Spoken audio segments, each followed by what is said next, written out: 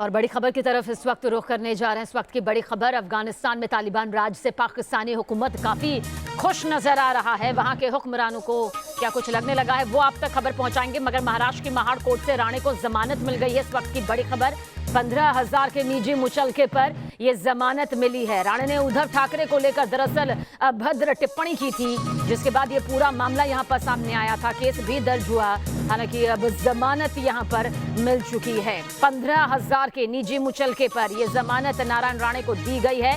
कल हमने आपको दिखाया कि सड़क पर किस तरह से सियासी महासंग्राम भी देखने को मिला था।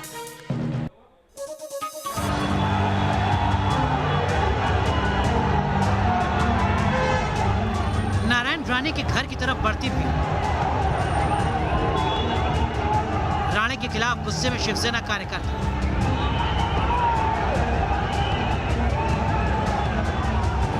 महाराष्ट्र में शिवसेना वर्सेस नारायण राणे।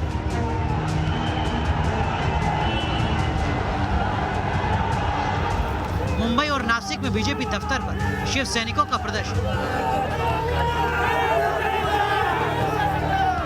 उद्धव ठाकरे पर नारायण राणे के बयान पर मचा विवादित बयान को लेकर गिरफ्तार किए गए नारायण राणे। रत्नागिरी कोर्ट ने खारिज की राणे की अग्रिम जमानत याचिका।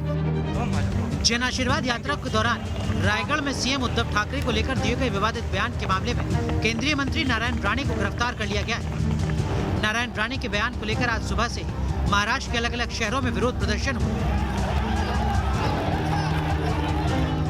दरअसल राणे के बयान का साइड इफेक्ट कुछ ऐसा हुआ कि मुंबई से नासिक तक पूरे महाराष्ट्र में शिव सैनिक बीजेपी दफ्तरों पर उमड़ पड़े और नारेबाजी प्रदर्शन करने लगे। इस दौरान कई कार्यकर्ता और पुलिस वाले जख्मी भी हुए।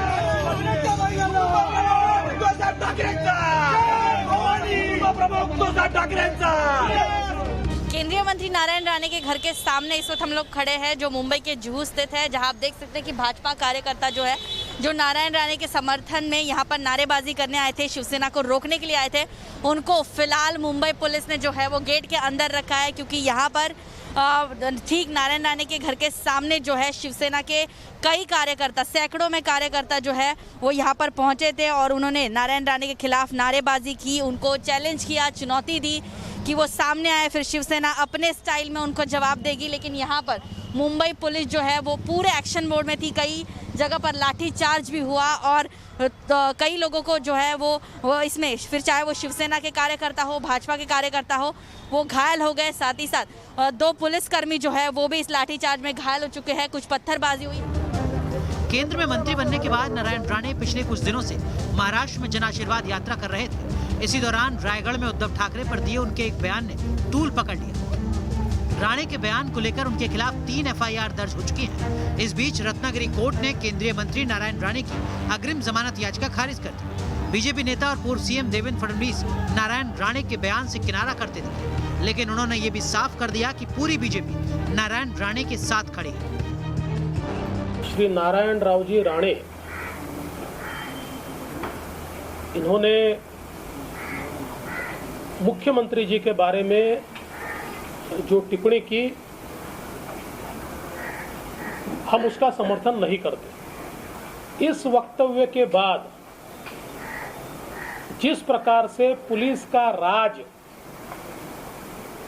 चलाने का प्रयास सरकार की ओर से किया जा रहा है, मैं स्पष्ट रूप से कहता हूं कि भारतीय जनता पार्टी वक्तव्य का समर्थन नहीं करेगी, पर व्यक्ति का समर्थन पूरे तरीके से करेगी।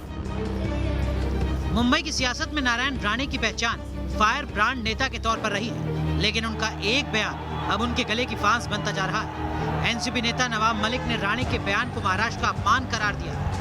इस तरह से केंद्रीय मंत्री नारायण राणे जी मुख्यमंत्री के प्रति भाषा का उपयोग कर रहे हैं। भाषा कभी भी सहन नहीं हो सकती।